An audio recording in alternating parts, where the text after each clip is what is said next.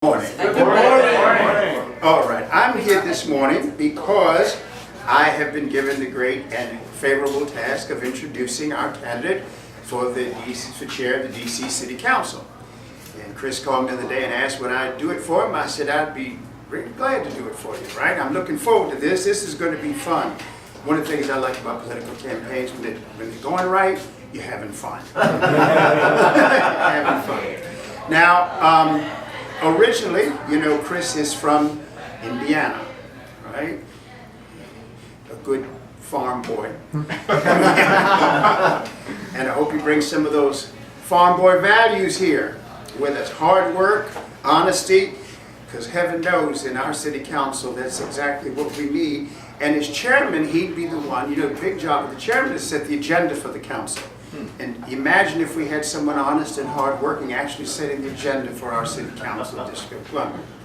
Okay, and he's lived in the District of Columbia for the past 10 years, where he's worked as a civil rights attorney and been politically active. I'm just going to talk for a couple of minutes because you want to hear from him and not from me. But of course, the question a lot of people ask all the time is, well, is your candidate qualified to have this job? You know, what have they done in life that we ought to give them this job? Well, Kris has worked in the U.S. Department of Justice Civil Rights Division since 2004, and he worked there until 2014. So begin with, we get 10 years of experience in enforcing civil rights laws. One of the things he did was he investigated and litigated cases enforcing Title VII of the Civil Rights Act of 1964, which prohibits employment practices that discriminate because of race, creed, color, national origin, sex, or religion. He also, in terms of veterans, it was also his job to make sure that when someone was called up and went to serve their country, their job was waiting for them when they returned, right? And those, in this day and age, when we have folks coming home from Afghanistan and Iraq and other places in the world, that's very important. Also, given the state of the Veterans Administration under this present administration, that's very important. Kris has now lives in the Eckington neighborhood, which is in Ward 5, which is in the Trinidad neighborhood.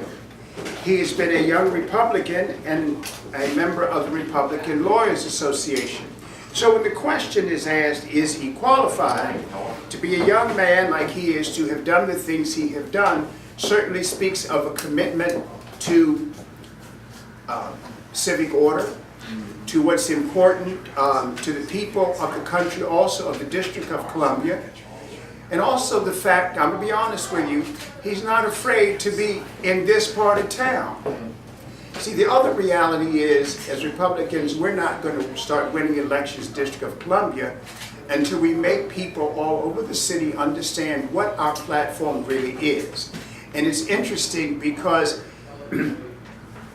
so many times when people vote for the Democratic Party, they don't understand they're actually voting against their own interests. They're voting against education reform. They're actually voting against business-friendly initiatives that actually will create jobs. It's actually our job to make them understand that. And I was very happy, actually, with the returns from Mississippi in the primary, because here's a case where Republican actually showed up in places where we ordinarily don't get votes, asked for them, and got them. So it shows that indeed can happen if you have the right candidate and the right issues.